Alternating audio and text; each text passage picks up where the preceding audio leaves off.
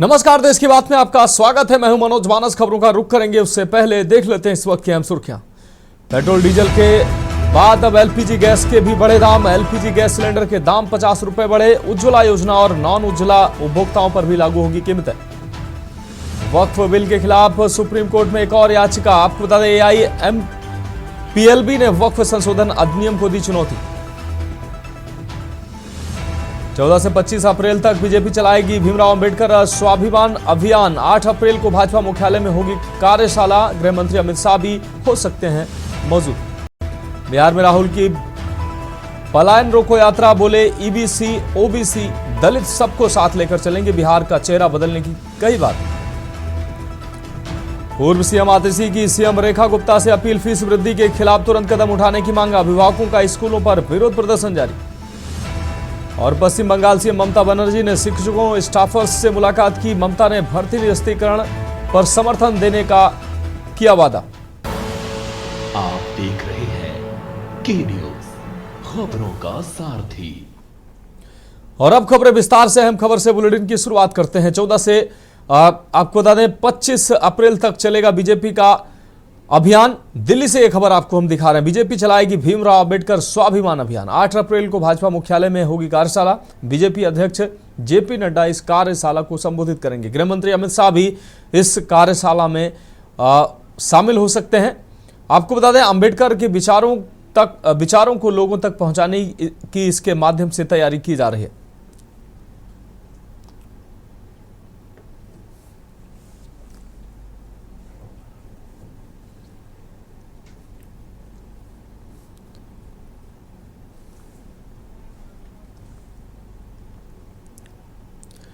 अप्रैल महीने की शुरुआत में ही आम आदमी को महंगाई का झटका लगना शुरू हो गया है। पेट्रोल डीजल के बाद अब एलपीजी गैस के दाम में भी 50 रुपए की बढ़ोतरी की गई है।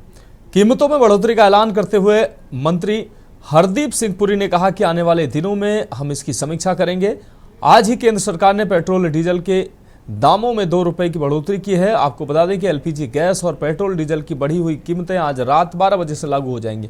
सरकार की तरफ से दी गई जानकारी के मुताबिक मंगलवार 8 अप्रैल 2025 से एलपीजी गैस सिलेंडर की कीमत में 50 रुपए की बढ़ोतरी की जा रही है। ये बढ़ोतरी उज्ज्वला योजना और नॉन उज्ज्वला यानी सभी उपभोक्ताओं पर लागू होगी। आपको बता दें कि प्रधानमंत्री उज्ज्वला योजना के तहत गरीब औरतों को मुफ्त कनेक्शन दिया जाता है ताकि उन्हें साफ सुथरा खाना पकाने का ईंधन यानी एलपीजी मिल सके। इस योजना का फायदा ग्रामीण इलाकों की गरीब महिलाओं को दिया जाता है।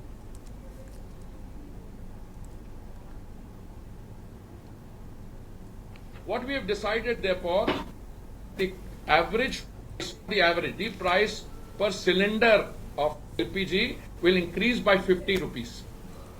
In other words, from 500 it will go up to 550. And the other one will go up from 803 to 853. Now this is a step which we will review as we go along. As it is, we review these every 2 weeks or 3 weeks. And therefore the excise duty that you have seen increase is not to go on to the consumer on petrol and diesel.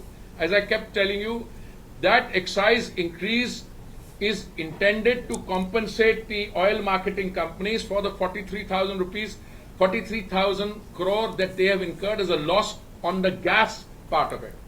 Now you will say, what will happen to petrol and diesel?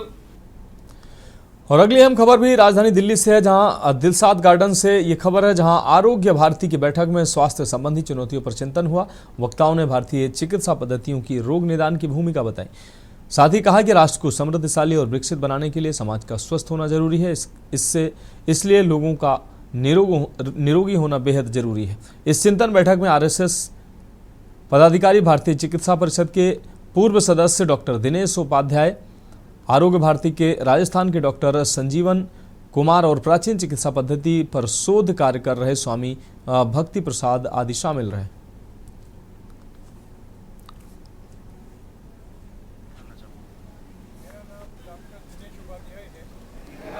आज आरोग्य भारती का एक संगठन ने यहाँ पे हमारा चिकित्सा गोष्ठी की है अर्वाचीन स्कूल दिलसाद गार्डन पूर्वी दिल्ली के अंदर। और लक्ष्य हमारा है कि राष्ट्र स्वस्थ हो, लेकिन स्वस्थ भी किसके द्वारा हो? अपनी वनौषधि और राष्ट्र की औषधि के द्वारा हम लोग स्वस्थ करें, योगा के द्वारा, नेचुरोपैथी के द्वारा, आयुष के द्वारा, आयुर्वेद के द्वारा, खान पान के द्वारा।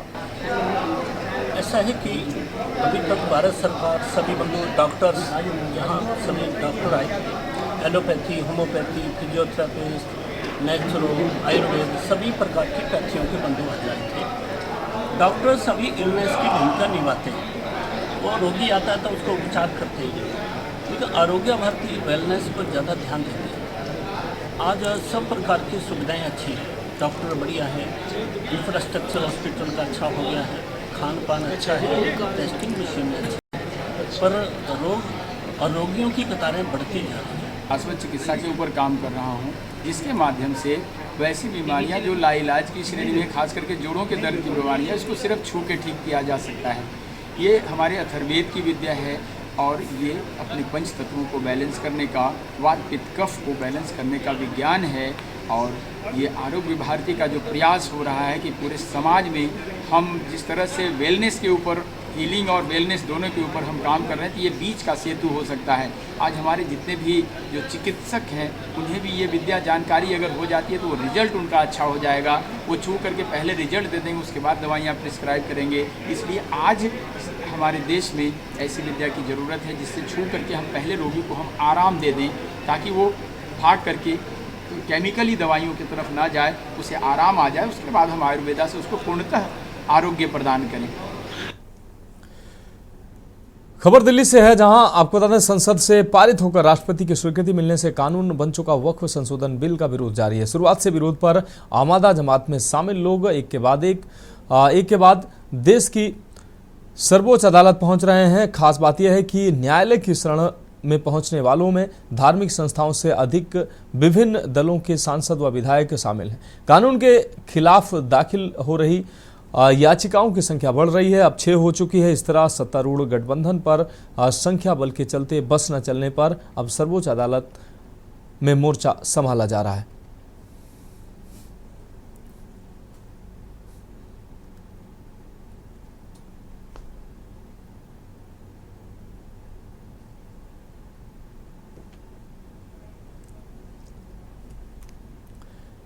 दिल्ली के पूर्व सीएम और नेता विपक्ष आतिशी ने निजी स्कूल संचालकों द्वारा फीस बढ़ोतरी करने को लेकर बीजेपी सरकार पर एक बार फिर निशाना साधा। उन्होंने कहा कि दिल्ली में बीजेपी सरकार बनते ही प्राइवेट स्कूल वालों ने अभिभावकों को लूटने का काम शुरू कर दिया। आतिशी के मुताबिक निजी स्कूल संचालकों की मनमर्जी पर तत्काल रोक लगाने की जरूरत है। उन्होंने इसके लिए सीएम रेखा गुप्ता की सरकार से तत्काल 3 कदम उठाने की मांग की है। आतिशी ने कहा कि सबसे पहले प्रदेश सरकार बढ़ी हुई फीस पर तुरंत रोक लगाए, सभी प्राइवेट स्कूल जो फीस बढ़ा रहे हैं उनका ऑडिट कराए। ऑडिट रिपोर्ट आने के बाद ही किसी भी स्कूल को बढ़ी हुई फीस लेने का अधिकार होना चाहिए।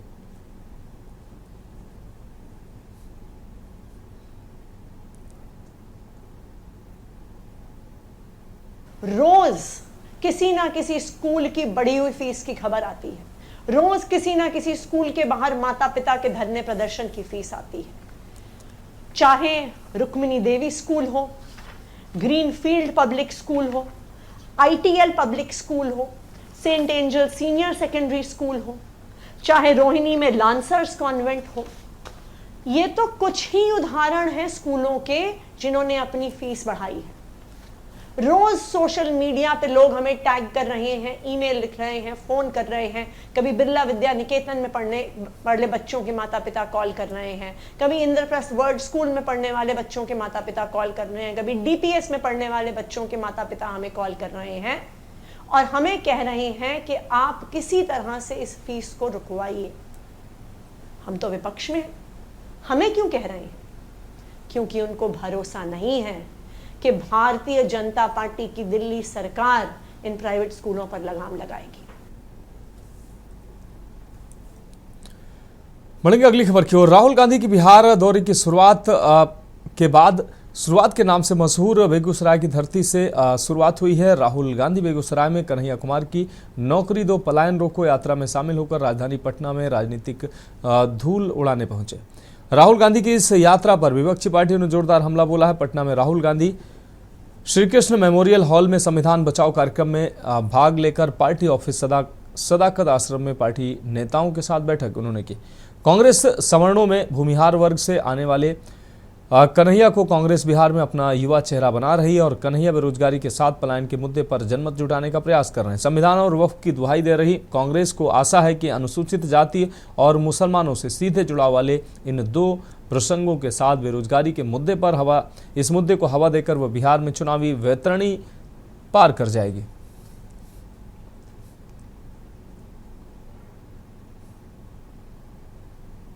मगर ये एक जरूरी कदम है। पहले हमारे डिस्ट्रिक्ट प्रेसिडेंट्स की लिस्ट में 2/3 अपर कास्ट के लोग थे। अब हमारी नई डिस्ट्रिक्ट प्रेसिडेंट्स की लिस्ट में 2/3 ईबीसी, ओबीसी, दलित, पिछड़ा वर्ग, माइनॉरिटी के हैं। और अगर आप हमारे वर्किंग प्रेसिडेंट्स को देखें तो यह बात और भी गहराई से हुई। मैंने और खारगे जी ने बिहार की टीम को साफ बता दिया है कि आपका काम बिहार के गरीब जनता की रिप्रेजेंटेशन का काम है। आपका काम दलितों, ईबीसी, ओबीसी, गरीब जनरल कास्ट, महिलाओं को जगह देने का काम है और आपको यह काम बिना झिझके, बिना डरे यह काम पूरा करना है। हम राजनीति में आपके लिए दरवाजा खोलना चाहते हैं। आपके युवाओं को हम राजनीति में लाकर, आपको हम राजनीति में लाकर बिहार का चेहरा बदलना चाहते हैं।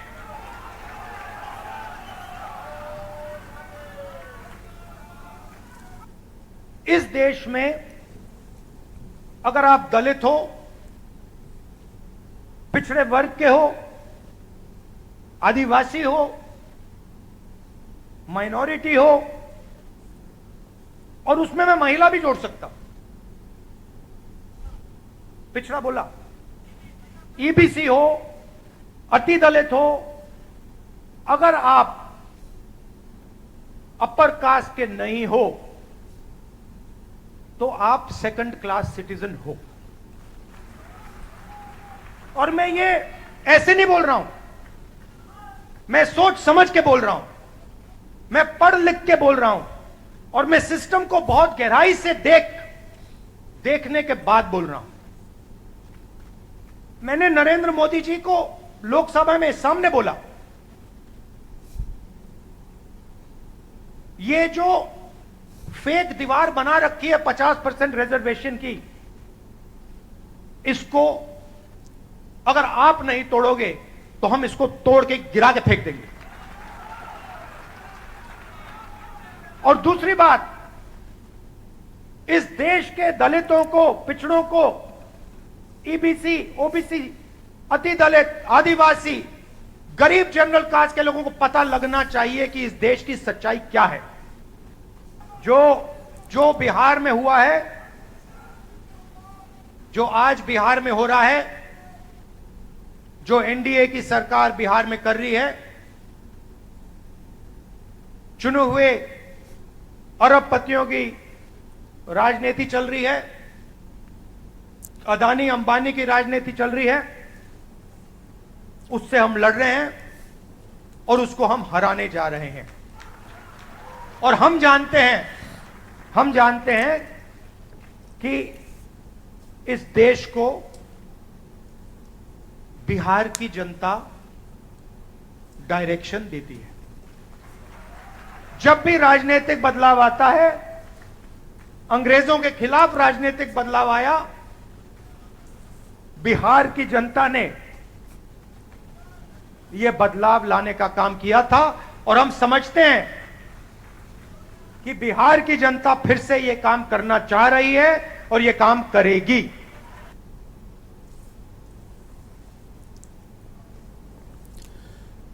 अगली खबर पटना से है, जहां राहुल की पलायन यात्रा का बिहार चुनाव पर असर कितना पड़ेगा, यह तो कहना अभी जल्दबाजी होगी, लेकिन राहुल गांधी की बिहार यात्रा पर बीजेपी ने जोरदार हमला बोला है। केंद्रीय मंत्री गिरिराज सिंह और शहनवाज हुसैन ने कहा कि राहुल गांधी जहां भी जाते हैं वहां सबसे पहले अपने गठबंधन और अपनी पार्टी के लिए समस्याएं खड़ी करते हैं। इस बार बिहार आए हैं तो इससे तेजस्वी यादव की मुश्किलें बढ़ने वाली है। वहीं गिरिराज सिंह ने राहुल गांधी के बेगूसराय यात्रा पर सवाल खड़ा करते हुए कहा कि उनके पिता स्वर्गीय राजीव गांधी ने साल 1985 में कहा था कि बेगूसराय में पेट्रोकेमिकल्स का कारखाना खोलेंगे, लेकिन उन्होंने ऐसा काम नहीं किया। पेट्रोकेमिकल्स का कारखाना खोलने का काम पीएम नरेंद्र मोदी ने किया। इसके लिए राहुल गांधी को सिमरिया घाट पर जाकर बालू और गोबर खाकर प्रायश्चित करना चाहिए। देखिए, राहुल गांधी बिहार के हैं, उससे कोई फर्क पड़ने वाला नहीं है। वो पलायन रोको, नौकरी दो यात्रा कर रहे हैं, जबकि मालूम होना चाहिए कि जब लालू जी का राज था, इसमें कांग्रेस बराबर की भागीदारी थी, तभी पलायन हुआ था।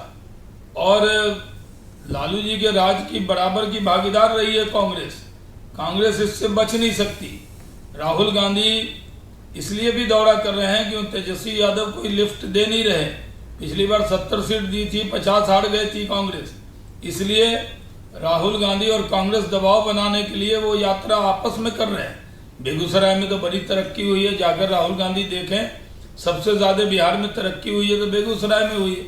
वहाँ बड़ी बड़ी फैक्ट्री है, खाद कारखाना, वहाँ पर जाकर देखें। रिफाइनरी में कितना काम हुआ, इथेनॉल का प्लांट लगा, प्लास्टिक पार्क बना। वहाँ पर सिमरिया घाट जाकर देखें। राहुल गांधी को थोड़ा समय बेगूसराय में गुजारना चाहिए। नरेंद्र मोदी और नीतीश कुमार जी का विकास देखना चाहिए, लेकिन वो यात्रा कर रहे हैं। उनकी यात्रा से कोई फर्क पड़ने वाला नहीं। महाराष्ट्र, हरियाणा, दिल्ली हारने के बाद वो बिहार गए हैं। उनको डर है कि यहाँ कहीं जीरो पर ना आउट हो जाए कांग्रेस, इसलिए वो यात्रा कर रहे हैं। वो पहले अपना पलायन तो बचा लें कि कभी यूपी से केरल, केरल से बिहार में उनके आने से कोई असर नहीं पड़ने वाला है। बिहार में वो आवे, घूमे, भरम फैलावे। नीतीश कुमार और मोदी की सरकार है के बाद के बिहार में देखें, इंफ्रास्ट्रक्चर, सड़क बना है, गंगा पर पुल बना है, रोजगार मिला है। 8 लाख लोगों को सरकारी नौकरी नीतीश कुमार ने दी है। आगे भी 4 लाख देने वाले हैं। आए, घूमे, जाएं, नौटंकी करें, भरम फैलाएं। उनको भगवा रंग से नफरत है, इसीलिए वो सफेद रंग चुने। मुंह से मोटे। रुक रही अगली अहम खबर का रतलाम से। अगली अहम खबर है जहां जिले में पुलिस अधीक्षक, आपको बता दें पुलिस आरक्षक का शव मिला है। रणायरा गुर्जर गांव में मिली है पुलिसकर्मी की ये लाश। 3 युवकों पर शंका ग्रामीण जता रहे हैं। आपको बता दें ग्रामीणों ने घेराव भी किया है, युवकों को पुलिस के हवाले किया गया है। मामले की जांच शुरू की गई। आरक्षक उज्जैन बटालियन में पदस्थ था, देवास का रहने वाला बताया जा रहा है। शव को पीएम के लिए जावरा सिविल अस्पताल भेजा गया। मामले की जांच में पुलिस जुटी हुई है।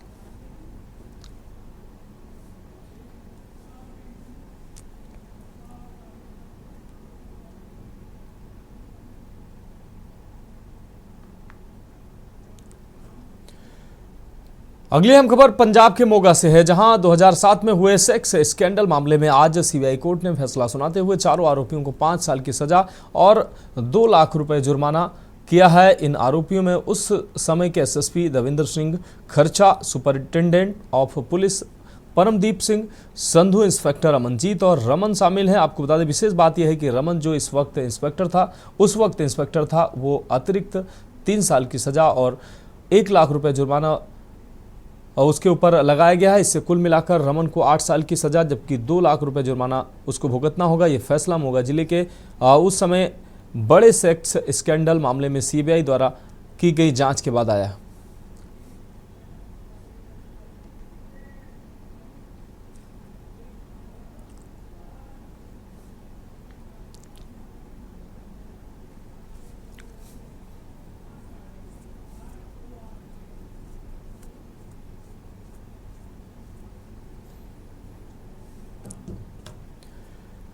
रुक करेंगे अगली खबर का। प्रधानमंत्री नरेंद्र मोदी के यमुनानगर आगमन को लेकर शहर में स्वच्छता अभियान जोर शोर से चलाया जा रहा है। आज नगर निगम की मेयर सुमन बहमनी ने वार्ड नंबर 1 की पार्षद रीना रस्तोगी और वार्ड वासियों के साथ नालागढ़ में सफाई अभियान चलाया और झाड़ू लगाकर शहरवासियों को स्वच्छता के प्रति जागरूक किया। मेयर सुमन बहमनी ने नगर निगम के सफाई कर्मचारियों को दिशा निर्देश देते हुए सफाई व्यवस्था में किसी भी प्रकार की कोताही नहीं बरतने की बात कही। उन्होंने यह भी कहा कि प्रत्येक पार्षद अपने अपने वार्ड को स्वच्छ बनाने के लिए कार्य करें।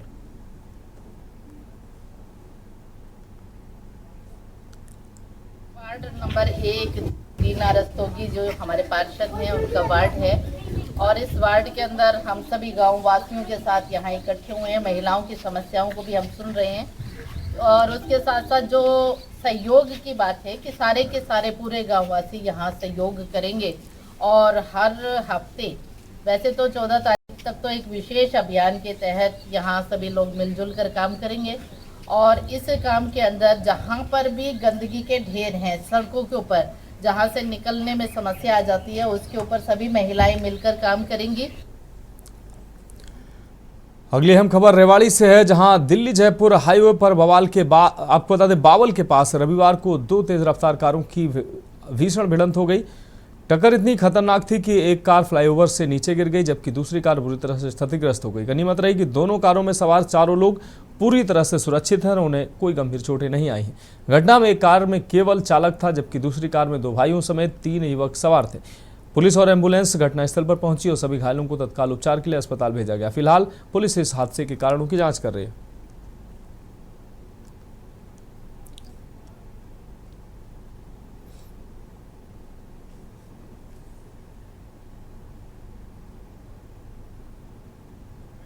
पाँच 563 वह इंचार्ज तैनात लग रहा हूँ। हमारे पास कॉल आई थी तो अपना डीबीजी कंपनी के पास फ्लाई और रूद का है ना, उस पर एक्सीडेंट होगा। जो एक गाड़ी तो ऊपर मौके पर रोड पर है, दूसरी गाड़ी है वो पुल से नीचे गिर गई। हमने कसोला का एरिया पड़ा, हमने कसोला थानों को सूचना करी तो जो एसआई धर्मेंद्र मौके पर आ गया और बाकी कार्रवाई चल रही है।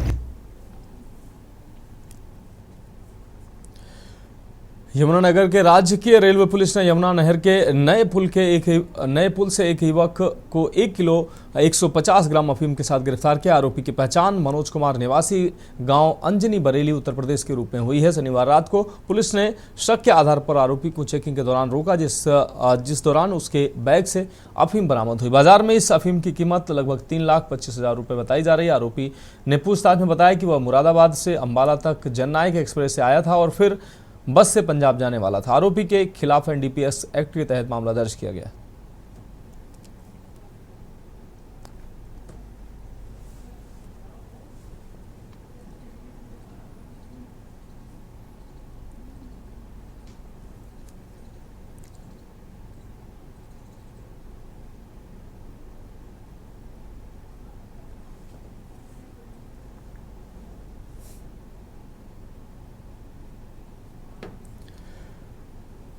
तो देश की बात में उत्तर प्रदेश की खबरों का रुख करते हैं। खबर राजधानी लखनऊ से, जहां डिप्टी सीएम ने, आपको बता दें, सीएम आईएस पोर्टल पर दर्ज चिकित्सा स्वास्थ्य एवं परिवार कल्याण की योजनाओं की प्रगति की समीक्षा की है। बैठक में दिए आवश्यक दिशा निर्देश। आपको बता दें, लापरवाही उन्होंने कहा कि साफ तौर पर बताया कि बर्दाश्त नहीं होगी और लंबित योजनाओं को जल्द पूरा करें। किसी भी कार्य में लापरवाही बर्दाश्त नहीं की जाएगी। कार्यों को समयबद्ध तरीके से पूर्ण किया जाए, गुणवत्ता का विशेष ध्यान रखा जाए। आमजन को गुणवत्तापरक स्वास्थ्य सेवाएं उपलब्ध कराना हमारी सर्वोच्च प्राथमिकता है।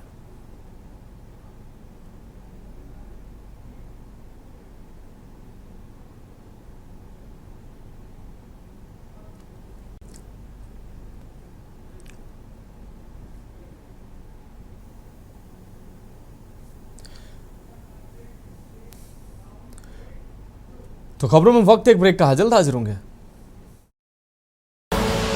आप देख रहे हैं के न्यूज, खबरों का सारथी।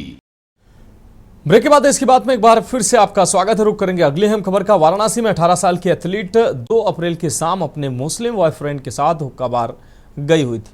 हुक्का बार से निकलते ही बॉयफ्रेंड आपको बता दें लड़की को अपने दोस्त की कार में ले गया।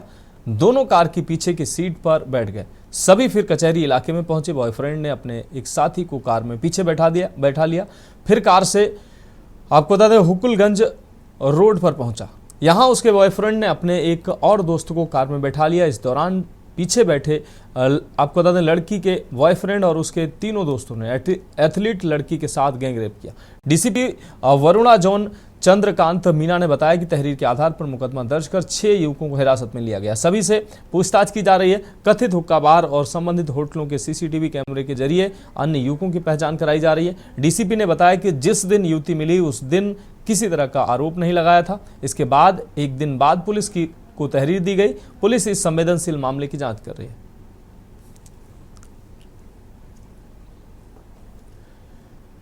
संभल के बहजोई में पुलिस अधीक्षक कृष्ण कुमार बिश्नोई के नेतृत्व में साइबर अपराध की दुनिया में बड़ा खुलासा हुआ है। अंतरजनपदीय फर्जी दस्तावेज बनाने वाले सातिर गिरोह का भंडाफोड़ करते हुए पुलिस ने गिरोह के 4 सदस्यों को गिरफ्तार किया है। ये गिरोह वेबसाइट हैक कर पासपोर्ट, आधार कार्ड, जन्म प्रमाण पत्र जैसे अहम दस्तावेजों को मॉडिफाई करता था और देश भर में लोगों को फर्जी दस्तावेज उपलब्ध कराता था। इस कार्रवाई में अपर पुलिस अधीक्षक अनुकृति शर्मा, क्षेत्राधिकारी प्रदीप कुमार तथा थाना प्रभारी विनोद कुमार मिश्रा की टीम ने महत्वपूर्ण भूमिका निभाई।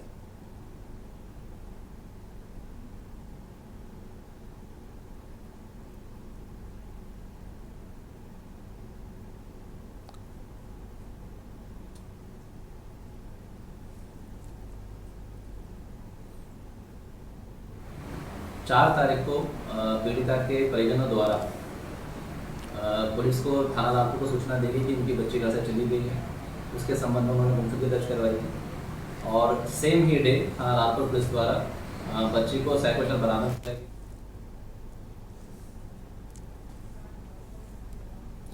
सहारनपुर के थाना फतेहपुर क्षेत्र के गांव भैंसाराऊ में दबंगों द्वारा गांव के ही गुफरान मलिक के घर पर धावा बोल दिया गया, जिसमें गुफरान के परिवार के कई लोगों को गंभीर चोटें आई। घटना के बाद थाना फतेहपुर पुलिस ने त्वरित कार्रवाई करते हुए घायलों को सरकारी अस्पताल फतेहपुर में भर्ती कराया, लेकिन प्राथमिक उपचार के बाद डॉक्टरों ने बेहतर इलाज के लिए गंभीर रूप से घायलों को हायर सेंटर रेफर कर दिया, जहां घायलों का उपचार जारी है। पीड़ित परिवार के ही परवेज ने मीडिया को जानकारी देते हुए बताया कि रविवार देर शाम को गांव के ही कुछ लोगों द्वारा उनके परिवार के साथ गाली गलौज की गई। वहीं सोमवार दोपहर को दबंग किस्म के लोग हाथों में हथियार और लाठी डंडा लेकर उनके घर पर पहुंचे और उन्होंने परिवार के साथ जमकर मारपीट की।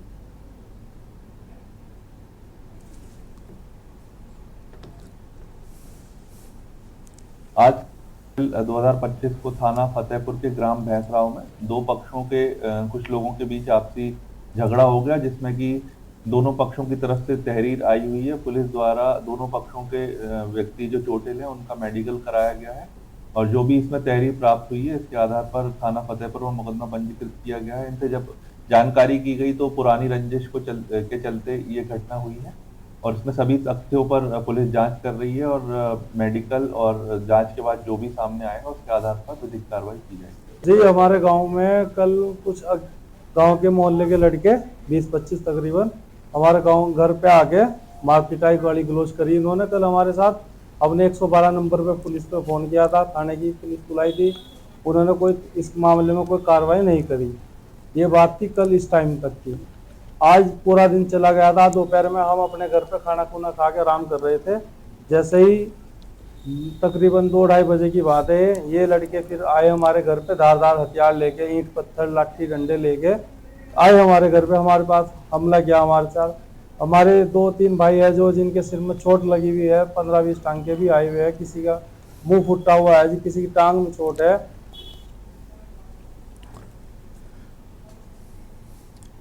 रुक करेंगे अगली खबर का। पीलीभीत पुलिस को लगातार शिकायत मिल रही थी कि उसके क्षेत्र में एटीएम कार्ड की धोखाधड़ी से आपको बता दें एटीएम कार्ड धोखाधड़ी से बदलकर कुछ लोग एटीएम से रुपए निकाल रहे हैं, जिसको लेकर साइबर सेल में मुकदमा लिखा गया और साइबर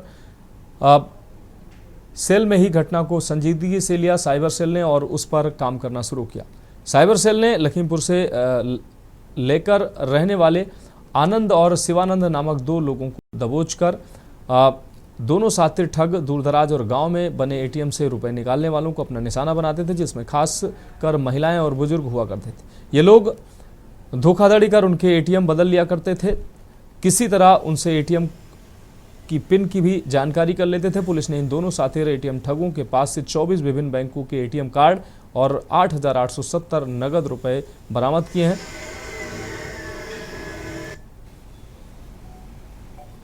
जनपद पीलीभीत में 2 कुख्यात अंतर राज्य अपराधियों को गिरफ्तार किया गया है, जिनके नाम आनंद एवं शिवानंद है। तो इन दोनों का जो मोडस ऑपरेंडी था, जिस तरह से ये क्राइम करते थे, ये किसी भी कस्बे एवं गांव के जो एटीएम होते हैं उनके बाहर खड़े हो जाते थे, और जो भी लोग वहाँ पर गरीब लोग या अनपढ़ लोग जो वहाँ पर एटीएम से कैश विड्रॉ करने आते थे, उनको ये मूर्ख बनाकर अपनी बातों में लगाकर उनकी सहायता करने की आड़ में उनके एटीएम कार्ड अपने पास, जो इनके पास डुप्लीकेट एटीएम कार्ड थे, उनसे एक्सचेंज कर लिया करते थे, और इसी प्रक्रिया में किसी तरह से उनका पिन नंबर भी देख लिया करते थे। तो इस प्रकार इन्होंने काफ़ी अपराध किए हैं इस जनपद में भी, दूसरे जनपदों में भी, और इनके खिलाफ पहले से पीलीभीत में 3 मुकदमे दर्ज हैं। इनको गिरफ्तार कर लिया गया है। इनके पास से 24 एटीएम कार्ड बरामद हुए हैं।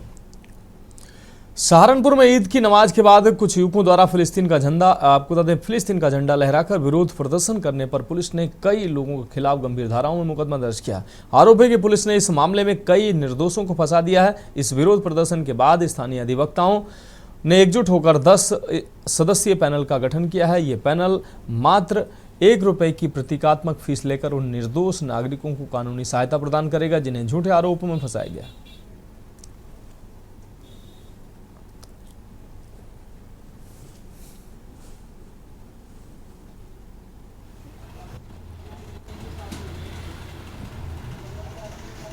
ईद वाले दिन ईद की नमाज पढ़ने के बाद कुछ लड़के, जो नासमझ लड़के भी उन्हें कह सकते हैं, क्योंकि उन्हें घंटाघर पे वो लोग इकट्ठे हुए, हालांकि वो ये लोग इकट्ठा होकर जा रहे थे, ऐसा पुलिस ने दिखाया है कि वो इकट्ठे हुए। असल में हमारे शहर से ईदगाह तक एक ही सीधा रास्ता है जाने का, तो तमाम शहर जो है उसी रास्ते से जा रहा था। उस रास्ते पे तो भीड़ ही इतनी थी ईदगाह जाने वालों की, और फिर घंटाघर ऐसा पॉइंट है जहाँ पर जाकर ट्रैफिक डाइवर्स होता है, इधर उधर चारों तरफ चला जाता है, तो उस जगह से डाइवर्स हो रहा था, तो वहां तक तो वो भीड़ रहना जो है स्वाभाविक है, भीड़ रही, और वहां के बाद वो लोग अपने अपने घर चले गए। तो उसे प्रशासन ने ऐसा दिखाया कि वो कोई वहां पे आंदोलन कर रहे थे या क्या कर रहे थे। उन लोगों ने, उसमें से मैंने जितनी भी वीडियोस देखी है अभी तक, उसमें से सिर्फ एक व्यक्ति के हाथ में फिलिस्तीन का झंडा है, उसके अलावा किसी के पास कोई किसी देश का झंडा नहीं है। बिजनौर के कीरतपुर इलाके में सोमवार सुबह बजरंग दल के गौसेवा जिला संयोजक मोंटी बजरंगी का शव उनके घर में रक्त रंजित अवस्था में मिला। हत्यारों ने मोंटी का गला धारदार हथियार से रेत दिया है। परिजनों ने हत्या का आरोप मोंटी के पिता बलराम सिंह, सौतेली मां मधुबाला और भाई मोंटू पर लगाया है। पुलिस ने मामले की जांच शुरू कर दी है और मृतक के शव को पोस्टमार्टम के लिए भेज दिया है।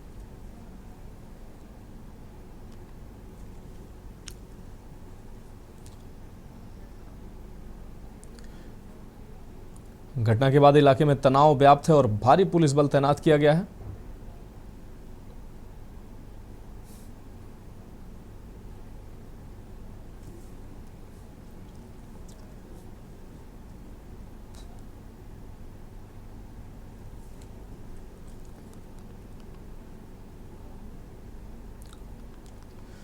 तो हिंदूवादी संगठनों के कार्यकर्ता और ग्रामीण मौके पर जमा हो गए। पुलिस मामले की गहन जांच कर रही है और सभी पहलुओं पर ध्यान दे रही है।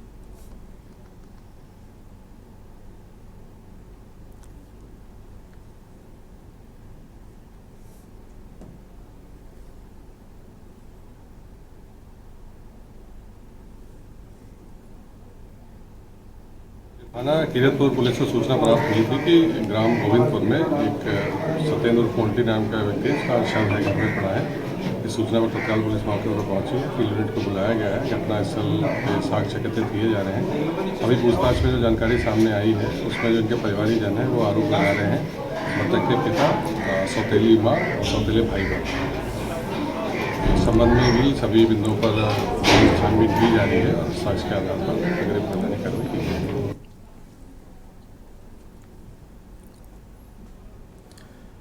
रुक करेंगे अगली खबर का। देवबंद थाना क्षेत्र के बड़गांव क्षेत्र के गांव सिमलाना निवासी अंकित राणा ने मुख्यमंत्री योगी आदित्यनाथ को पत्र भेजकर एक भाजपा नेता पर गंभीर आरोप लगाए हैं। अंकित राणा का कहना है कि कथित भाजपा नेता सत्ता के प्रभाव का इस्तेमाल कर गरीब किसानों और ग्रामीणों को परेशान कर रहा है। आरोप है कि भाजपा नेता के चचेरे भाई ने उनकी स्विफ्ट गाड़ी गायब कर दी है, जो कुछ दिन पहले मांग कर ली गई थी लेकिन अब वापस नहीं की जा रही। पीड़ित ने बताया कि वह पुलिस अधीक्षक और अन्य अधिकारियों के पास शिकायत लेकर गया लेकिन उसकी सुनवाई नहीं हुई।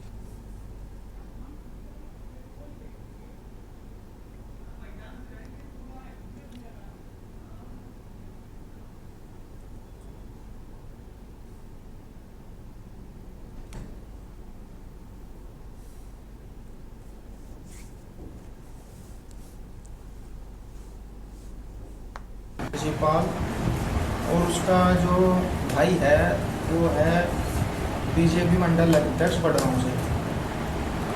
मेरी गाड़ी ले गया था आज मांग के घर से, और गाड़ी अब तक मेरी वापस नहीं दी उन्होंने। गाड़ी मांगने जाता हूँ तो कहते हैं गाड़ी नहीं मिलेगी, जो करना है कर लेना, सरकारें हमारी जेब में है। इस संबंध में कोई शिकायत की आपने? शिकायत हमने एसपी साहब की है जी, अब तक कोई कार्रवाई नहीं हो पाई इन लोगों पर। कानपुर के पनकी क्षेत्र में पुलिस को एक बड़ी सफलता हाथ लगी। आपको बता दें, पनकी धाम मंदिर में श्रद्धालुओं के साथ लगातार हो रही चेन स्नैचिंग, मोबाइल और पर्स की चोरी की घटनाओं के बाद सक्रिय हुई पुलिस ने एक संगठित लुटेरी गैंग का भंडाफोड़ किया है। इस गिरोह के निशाने पर मंदिरों, धार्मिक आयोजनों में आने वाली महिलाएं और बुजुर्ग होते थे। पुलिस ने इस गिरोह के 10 सदस्यों को गिरफ्तार किया है, जिसमें से 9 महिलाएं और 1 पुरुष शामिल है। हैरानी की बात यह है कि इस गिरोह में एक ग्राम प्रधान की पत्नी और उसका बेटा भी सक्रिय रूप से शामिल था। पुलिस की माने तो ग्राम प्रधान खुद लूट की योजना बनाता था और उसका बेटा बहु घटना स्थलों की रेकी कर गिरोह को जानकारी देते थे। मंगलवार को पनकी धाम मंदिर में श्रद्धालुओं की भारी भीड़ के बीच आधा दर्जन से अधिक महिलाओं के गहने, मोबाइल और पर्स चोरी हो गए थे। शिकायत मिलते ही पुलिस ने मंदिर परिसर और आसपास लगे सीसीटीवी कैमरों की फुटेज खंगाली। फुटेज में संदिग्ध गतिविधियों और कुछ महिलाओं की पहचान के बाद आरोपितों को गिरफ्तार किया गया।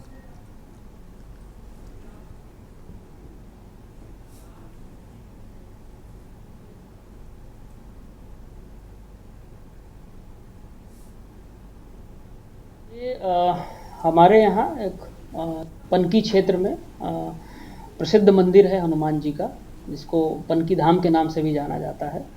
पूर्व में जो है वो जो हमारे नवरात्रे हुए हैं, इसमें कुछ घटनाएं चेन स्नैचिंग की और चेन थेफ्ट और पर्स थेफ्ट की रिपोर्ट हुई थी, जिस पे जो है वो तत्काल वहाँ पे जो पुलिस फोर्स था संज्ञान लिया, सीसीटीवी कैमरे देखे गए और तत्काल जो है जब घेराबंदी करके वहाँ पे देखा गया तो वहाँ 2 जो है वो महिलाएं हमें ऐसी मिली जो कि उस क्षेत्र की रहने वाली नहीं थी, दूर दराज की थी और उनकी गतिविधियाँ संदिग्ध थी।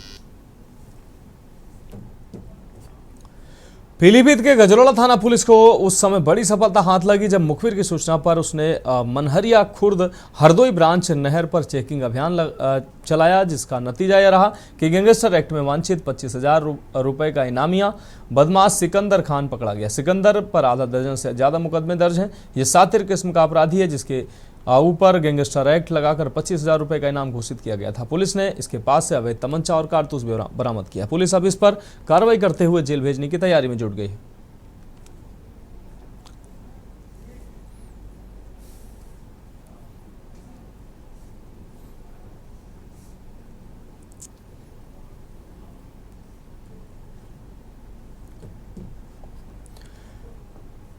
रुक करेंगे अगली खबर का। पीलीभीत के थाना मटो आपको बता दें माधव तांडा क्षेत्र के शाहगढ़ चौकी इलाके में हरदोई नहर ब्रांच से एक अज्ञात युवक का शव मिला है। पुलिस को सूचना मिलते ही टीम मौके पर पहुंच गई और मृतक की जेब से कोई पहचान पत्र नहीं मिला। पुलिस ने युवक की पहचान के लिए उसकी फोटो सोशल मीडिया पर शेयर की। इससे परिजनों तक पहुंचने का प्रयास किया जा रहा है।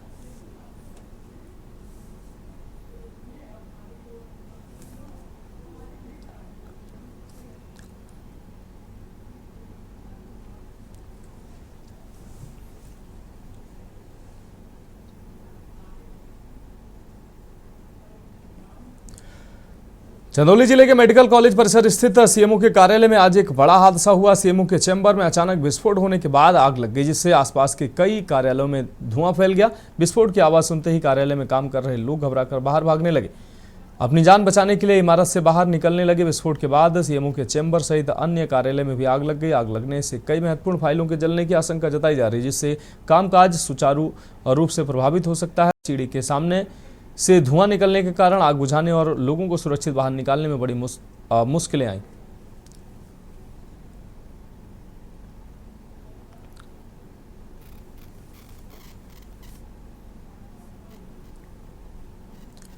खबर कानपुर महानगर से है, जहां महेश्वरी सभा का लाजपत भवन सभागार में होली मिलन समारोह आयोजित हुआ। रामनवमी पर आयोजित कार्यक्रम में बच्चों ने माता रानी का स्वरूप धारण किया। बच्चों द्वारा प्रस्तुत सांस्कृतिक कार्यक्रम की विविध प्रस्तुतियां दर्शकों को आनंदित करती रहीं। फैंसी ड्रेस में शामिल बच्ची को देख सभी मंत्रमुग्ध बने रहे। सभी ने एक दूसरे से गले मिलकर होली की शुभकामनाएं दी।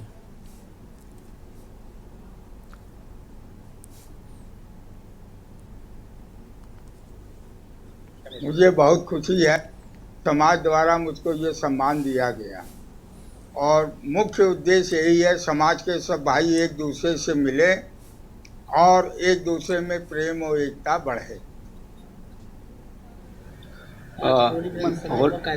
मुख्यमंत्री मंत्री और कानपुर जिला माहेश्वरी सभा का आज होली मिलन समारोह एवं गणगौर उत्सव लाजपत भवन कानपुर में आयोजित किया जा रहा है, जिसमें हमारी समाज के स्वजातीय बंधु लगभग 1100 आदमियों का प्रोग्राम होता है और उसमें जो है ये सांस्कृतिक कार्यक्रम महिला मंडल के द्वारा प्रस्तुत किया जाएगा।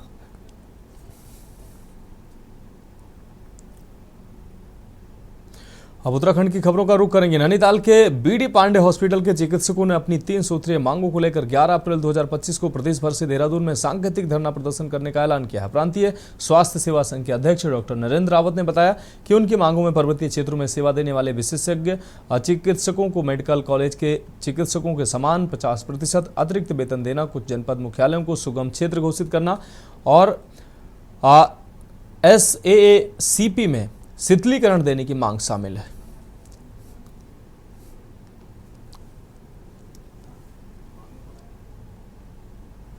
स्वास्थ्य सेवा संघ उत्तराखंड द्वारा हमारी जो 3 सूत्रीय मांग थी वो कई बार शासन पर रखी गई है, लेकिन अभी तक उसमें कोई सुनवाई नहीं हुई है। इसके तहत पूरे प्रदेश के चिकित्सकों ने ये निर्णय लिया है कि 11 अप्रैल को हम लोग देहरादून स्वास्थ्य महानिदेशालय कार्यालय में सब लोग पहुंचेंगे और वहाँ पे एक धरना प्रदर्शन करेंगे। जो चिकित्सकों की हमारी जैसे मांग है, जो हमारी पर्वतीय क्षेत्र में जो विशेष चिकित्सक काम कर रहे हैं उनको मेडिकल कॉलेज में जो विशेष चिकित्सक पर्वतीय क्षेत्र में काम कर रहे हैं उनकी भांति 50% अतिरिक्त वेतन देने का जो प्रावधान सरकार ने लिया है वो हम चाह रहे हैं कि प्रांतीय चिकित्सा सेवा संघ में जो चिकित्सक स्पेशलिस्ट काम कर रहे हैं पर्वतीय क्षेत्र में उनको भी मिलना चाहिए।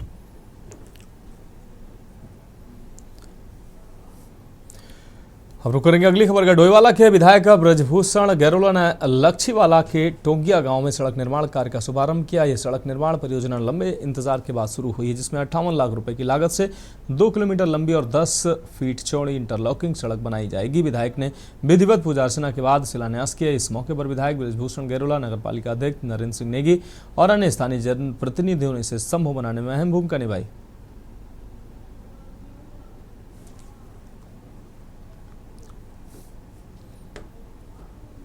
हो रहा है, किंतु 10 साल पहले भी ये 10 फुटी रोड थी, आज भी 10 फुटी है, जबकि 2 पार्ट, इसका एक पार्ट छूट गया। ऊपर विद्युत उत्पन्न जो कार्यालय है हमसे ऊपर भी कम से कम 150 परिवार निवास कर रहे हैं। वो अगर ये रोड बनने पे हमें तो ऐसा लगेगा ये रोड बन चुका है, लेकिन हम जब उस वहाँ पर जाएंगे तो आवाज़ फिर वही रहेगा कि आज भी उसी स्थिति में हम। और ये 10 फुट रोड है, कम से कम इसे 15 फुट होना चाहिए था। मैं अभी माननीय विधायक जी से भी इस बारे में बात करूँगा।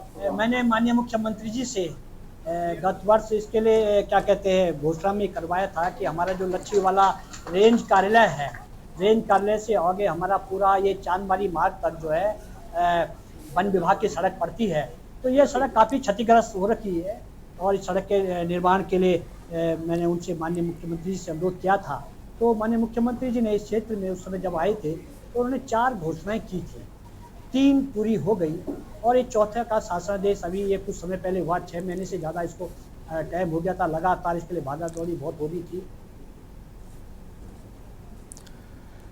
विकासनगर तहसील क्षेत्र में हाईकोर्ट के आदेश पर एक बार फिर बड़ी कार्रवाई हुई है। आपको बता दें, जहां सरकारी भूमि पर हुए करीब 500 अवैध कब्जे हटाए गए। प्रशासन की टीम ने भीमावाला और नवाबगढ़ क्षेत्रों में बुलडोजर चलाकर अवैध निर्माणों को ध्वस्त किया है। बताया जा रहा है कि तहसील प्रशासन ने 12.8 हेक्टेयर भूमि पर हुए अवैध कब्जों को पहले ही खाली करवा लिया था, जबकि 7.7 हेक्टेयर भूमि पर करीब 2 दर्जन ग्रामीण क्षेत्रों में हुए अवैध कब्जे हटाने की कार्रवाई जारी है। टीम के नेतृत्व में तहसीलदार विवेक राजौरी ने बताया कि यह कार्रवाई हाईकोर्ट के आदेश के तहत की जा रही है।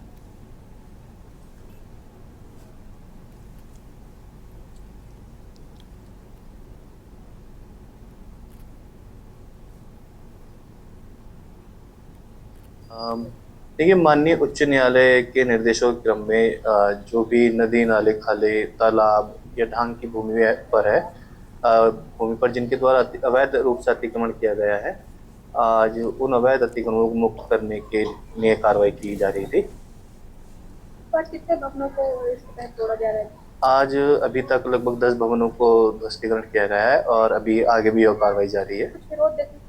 जी, ग्रामीणों द्वारा जो है विरोध किया जा रहा है। उनके द्वारा कई अपना सामान निकालने के लिए समय भी मांगा जा रहा है कि हमें 1 दिन का समय दिया जाए, हम अपना सामान निकाल सकें। ताकि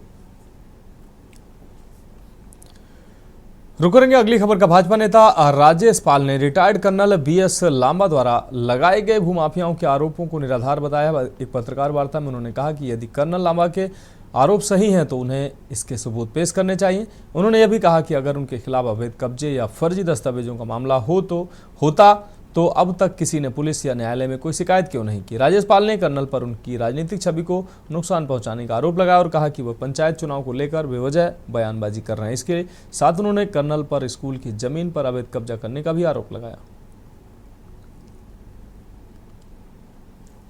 पहली बात तो मैं बल्लाल सिंह लामा जी नाम के व्यक्ति को जानता नहीं हूँ, पता नहीं वो बल्लाल सिंह लामा है या नहीं है।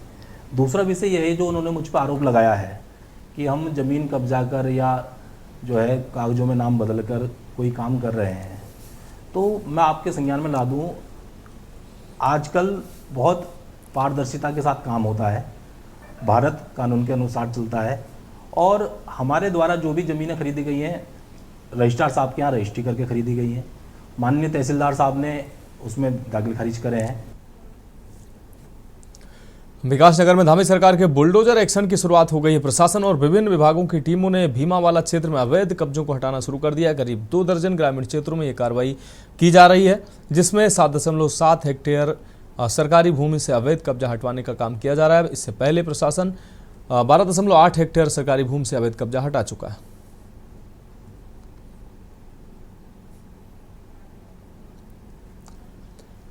विकासनगर में सहसपुर थाना क्षेत्र के शेरपुर गांव में एक दर्दनाक सड़क हादसा हुआ है, जहां सवारी वाहन और लोडर की भिड़ंत हो गई। इस भिड़ंत के बाद दोनों वाहन पलट गए हैं, जिससे मौके पर 2 लोगों की मौत हो गई। 1 दर्जन से अधिक लोग गंभीर रूप से घायल हो गए हैं। घायलों को तुरंत हायर सेंटर भेजा गया और मौतों का आंकड़ा बढ़ने की संभावनाएं जताई जा रही हैं। हादसे की जानकारी मिलते ही पुलिस प्रशासन मौके पर पहुंचा। साथ ही सहसपुर विधायक सहदेव पुंडीर भी घटनास्थल पर मौजूद रहे।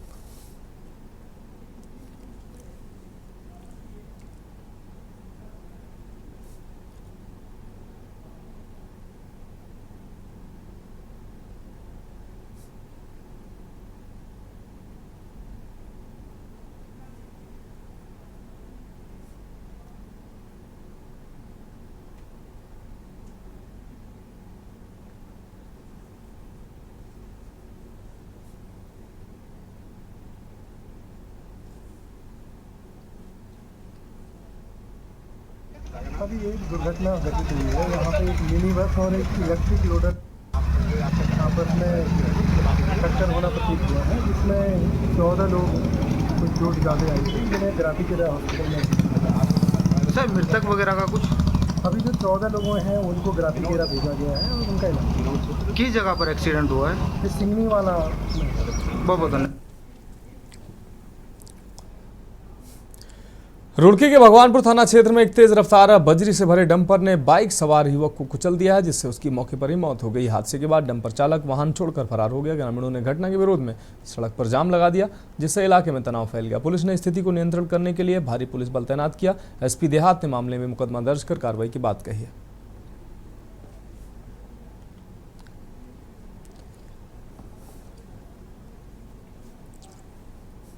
और सुबह 4 बजे अपना दूध पादन लेके उसे कुचल कर मार दिया यहाँ से। और अभी सब पुलिस प्रशासन आया था, सबसे बात हुई, SSP DM साहब से बात हुई, ये तय हुआ। सबने कहा कि अब यार डंपर बड़े टायर वाले डंपर नहीं चलेंगे, खनन के खनन संबंधी वाहन कोई नहीं चलेंगे, या आश्वासन दिया गया अभी।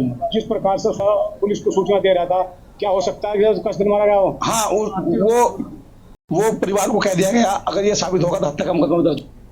कोई हैं जिनकी डंपर में दब के मृत्यु हुई है। दर्दनाक घटनाक्रम था, गाँव वालों में आक्रोश था कि डंपर ओवर स्पीड था, ऐसा कुछ उनका मानना था। तो हमारे CO और इंस्पेक्टर भगवानपुर वहीं पे मौजूद थे, तो लोगों को समझा बुझा करके शांति किया गया। मोर्चरी में आगे की कार्रवाई की जा रही है और जहाँ तक उनका कंसर्न था ओवरलोडेड वाहनों को लेकर के, ओवर स्पीडिंग को लेकर के, तो उसमें एक बार प्रॉपर SDM और CO लेवल पे एक एक्शन प्लान बना करके उसमें कार्रवाई करेंगे। मुकदमा जरूर दर्ज होगा और जो आगे अभियुक्त डंपर चालक है उसके खिलाफ कार्रवाई की। हरिद्वार में प्रेमनगर चौक के पास हरियाणा के युवकों और ई रिक्शा चालकों में मारपीट हो गई। घटना देर रात की है, जब ई रिक्शा चालकों ने हरियाणा के 3 युवकों पर लाठी डंडों से हमला कर दिया। बताया जा रहा है कि सारा विवाद कार से ई रिक्शा के टकराने के बाद हुआ, जिसके बाद दोनों पक्ष भिड़ गए। मारपीट और हंगामे की सूचना पाकर मौके पर पहुंची कनखल थाना पुलिस ने दोनों पक्षों के 5 लोगों को गिरफ्तार किया है और शांति भंग में उनका चालान कर दिया। हंगामा और मारपीट कर रहे 2 लोग भागने में कामयाब रहे।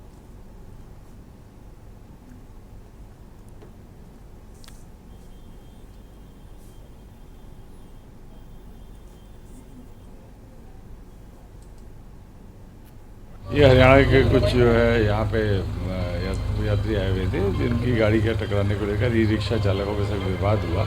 इस विवाद में जो है आपस में मारपीट हुई, तो पुलिस मौके पर पहुंची, दोनों पक्षों को जो है पकड़कर जो है शांति भंग में उनका चालान कर दिया।